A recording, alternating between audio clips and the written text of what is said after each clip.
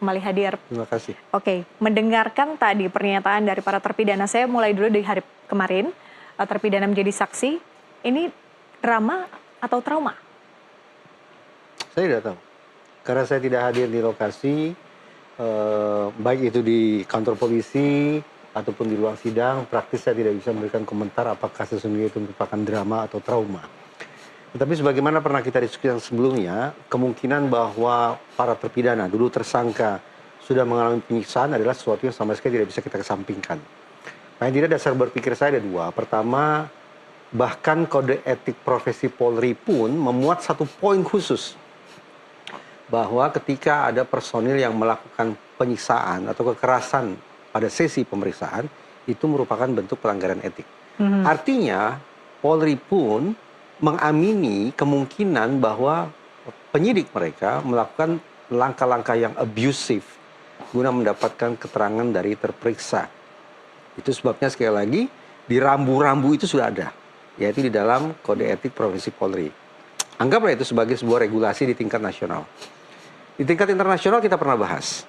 Di dalam konvensi PBB tentang anti penyiksaan ada sekian banyak pasal yang juga secara khusus ditujukan kepada otoritas penegakan hukum. Agar tidak sekali-kali menggunakan cara-cara kekerasan, cara-cara abusif, cara-cara penyiksaan ketika melakukan kerjanya. Bahkan otoritas penegakan hukum pun didorong oleh konvensi yang sama untuk membangun kurikulum-kurikulum yang bisa memastikan bahwa personil tidak melakukan kekerasan semacam itu. Nah, dua dokumen, baik satu di tingkat nasional, satu lagi di tingkat internasional, menjadi dasar bagi saya untuk berpikir bahwa sekali lagi, kemungkinan bahwa terpidana, dulu tersangka mengalami penyiksaan pada saat interogasi, adalah kemungkinan yang sama sekali tidak bisa kita tutup. Oke, dengan mendengarkan kesaksian para terpidana yang bisa disebut satu suara soal penyiksaan itu, apakah memang ini mengindikasikan bahwa itu memang terjadi saat itu? Kualitas keterangan saksi ditentukan oleh dua hal sesungguhnya. Pertama, akurasi, dan yang kedua, keajegan. Akurasi adalah bagaimana narasi atau cerita atau informasi disampaikan oleh terperiksa itu betul-betul sesuai dengan kenyataannya. Sementara keajegan adalah tidak ada perubahan-perubahan, tetapi dari waktu ke waktu bisa dikatakan secara umum sama. Apakah ada kemungkinan sedikit deviasi, sedikit menyimpang? Kemungkinan itu ada. Pertama, karena hal yang harus mereka ingat hari ini adalah peristiwa yang sudah berlangsung sekian tahun silam. Itu satu. Yang kedua, pada dasarnya hal-hal yang harus mereka kenang kembali, yang harus mereka ceritakan kembali adalah hal yang sesungguhnya tidak ingin mereka ingat sama sekali. Menakutkan, menyedihkan, mengerikan, menyakitkan, dan seterusnya.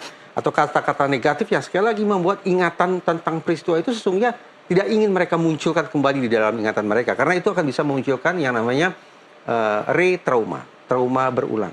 Nah, by default atau by nature, dengan demikian sekali lagi ini merupakan penguatan bahwa majelis hakim patut menilai seberapa jauh kira-kira kualitas keterangan para terpidana terkait dengan apa yang mereka sampaikan sehubungan dengan penyiksaan yang mereka alami, seberapa akuratkah itu, dan seberapa ajekkah itu, seberapa konsisten. Baik konsistensi di dalam diri terperiksa tertentu maupun antar terperiksa. Termasuk dengan pernyataan para terpidana sebagai saksi kemarin yang soal ada yang disiram air panas, ada yang disetrum, ada yang diberikan makan tapi dilempar, kemudian mereka memberikan keterangan yang serupa tapi mungkin saya nggak tahu apakah dibilang serupa tapi tak sama, tapi mungkin mirip begitu. Apakah ini juga termasuk? Tadi saya katakan, jadi konsistensi atau keajegan itu tidak hanya dinilai terhadap individu atau terpidana tertentu saja. Jadi misalnya seberapa konsisten keterangan yang disampaikan oleh terpidana A pada hari ini, pada kemarin, pada besok, seberapa jauh konsistensinya. Tidak hanya itu, tapi konsistensi juga bisa diukur dengan membandingkan keterangan yang disampaikan oleh antar terpidana. Seberapa jauh kesesuaian informasi yang mereka berikan, seberapa identik atau otentik tentang peristiwa-peristiwa tertentu yang harus mereka sampaikan kepada majelis. Namun sekali lagi, kita juga tidak bisa memaksa tanda petik para terpidana untuk menyampaikan keterangan secara bulat sempurna, dikarenakan tadi saya katakan bahwa sesungguhnya peristiwa yang harus mereka sampaikan adalah peristiwa yang mereka anggap sangat menyakitkan, sangat tidak menyenangkan. By nature, secara alami, tanpa diinstruksi, otak manusia akan berusaha memudarkan ingatan itu dengan sendirinya. Oke, Mas Reza, Anda melihat bahwa dari persidangan yang sudah berjalan, majelis hakim melakukan itu, menguji persistensi dari keterangan para saksi? Saya memilih untuk tidak menyimak persidangan PK. Baik. Oke, Ya. oke, baik. Kalau gitu saya ke Prof. Hipnu. Prof. Hipnu, Ibtu Rudiana kemudian disebutkan ikut melakukan penyiksaan menurut keterangan dari salah satu terpidana yakni Saka Tatal. Seberapa krusial sebetulnya Ibtu Rudiana harus dihadirkan di sidang PK ini? Jadi gini, saya pernah diskusi ya, tapi diskusi ini kan dengan penyidik ya, seorang penyidik. Sebetulnya, sejauh mana kebenaran? Ibtu Rudiana itu adalah seorang polisi yang pada waktu itu betul adalah bagian narkotika. Kemudian mengetahui peristiwa itu. Dalam jangkauan diskusi kami, Ibtu Rudiana itu hanya punya waktu 1,5 jam. Paling nggak banter 2 jam. 2 jam. Sekarang pertanyaannya, kalau terjadi penyiksaan, berarti setelah penyerahan oleh Rudiana, siapa itu? Ya, penyidik ketika itu, Polresta, Reskrim, Satreskrimnya siapa? Penyidiknya siapa? Ini yang saya kira juga harus menjadikan ketegasan. Jadi itu Rudiana itu, kalau kita berdasarkan kita baca beberapa media dan diskusi, itu hanya 1,5 jam, Pak. Nggak mungkin dia melakukan. Nah gitu, pertanyaan gitu. Sehingga ada penyidik lain atau polisi lain, siapa yang melakukan itu? Ya itu setelah penyerahan. Kan dalam penyerahan ini kita lihat, dalam konteks hukum, setelah suatu peristiwa terjadi, 1, 2 kali 4 jam diserahkan. Pertanyaannya, selama 30 hari di Satreskrim, apa yang dilakukan? Itu saya kira yang perlu difokuskan. Sehingga kalau terjadi penyiksaan, pelanggaran HAM, itu kalau betul bisa dibukakan, dibuktikan, itu merupakan tindak pidana sendiri. Banyak kasus-kasus penyidik yang melakukan kekerasan, yang kemudian dibuktikan, terbukti, ya kena penganiayaan. Ada juga Mbak, seorang penyidik yang melakukan pemeriksaan sampai tersangka meninggal, ya diputus, ada 6 tahun, 5 tahun. Nah, disitulah yang saya kira harus tegas nanti dalam penyiksaan ini, harus juga dalam kualifikasi. Cek siapa penyidik ketika itu, siapa namanya, siapa kasatnya, siapa kapolresnya ketika itu. Bertanggung jawab dong. Ini kan Polri, itu teorinya pertanggungjawaban bukan pertanggungjawaban individu, pertanggungjawaban struktural. Siapa pemimpin pada waktu itu? Siapa komandan gempa itu? Itu Mbak. Oke. Saya boleh menimpal, Mbak? Boleh, silakan.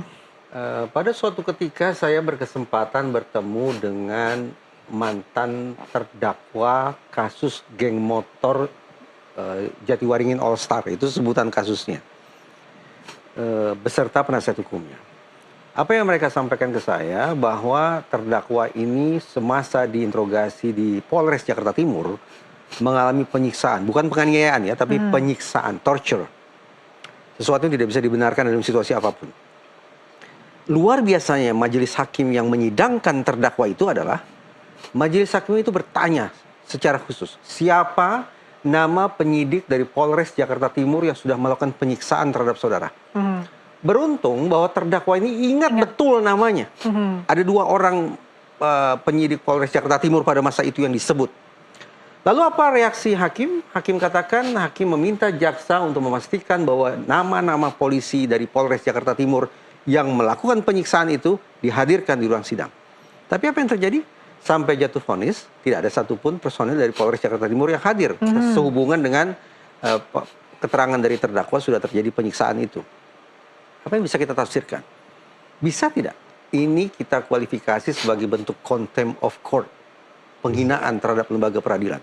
Bahwa ketika hakim memerintahkan jaksa untuk mendatangkan penyidik yang melakukan penyiksaan, ternyata diabaikan begitu saja. Itu satu hal.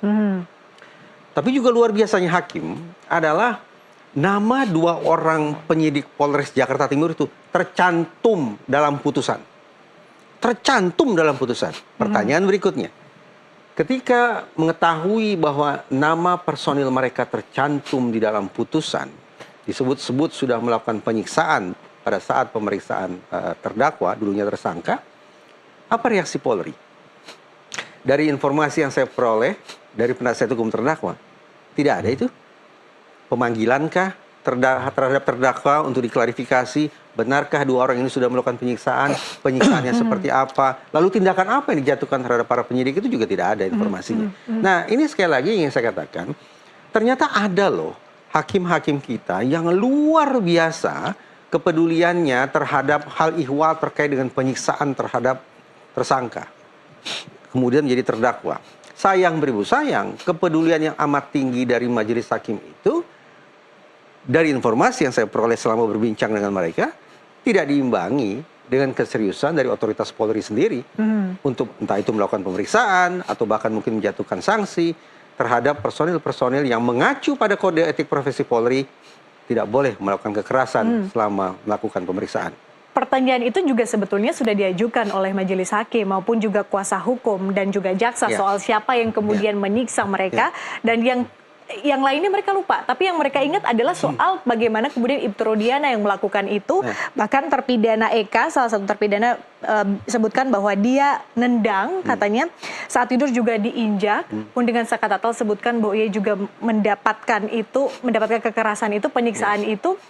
Tapi kemudian di dalam salah satu siniar atau podcast ada satu orang yang seingat saya bisa menyebut nama-nama personil Polres setempat yang dia sebut sudah melakukan kekerasan atau penyiksaan itu. Dia sebut nama-namanya. Nah, sayang beribu sayang, orang yang kabarnya akan memberikan keterangan sebagai saksi hari ini yang bisa menyebut nama personil yang melakukan penyiksaan itu, sayang beribu sayang hari ini tidak hadir.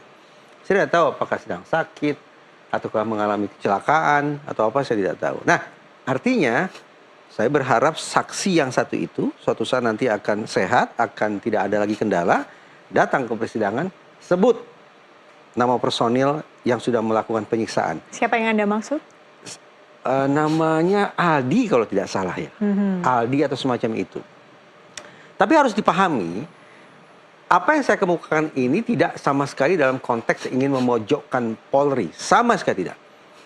Saya justru ingin memastikan bahwa otoritas Polri yang kita hormati ini bisa kita sterilkan dari penyidik-penyidik yang melakukan pelanggaran etik, yang bekerja secara tidak prosedural, tidak secara proporsional, dan tidak secara profesional.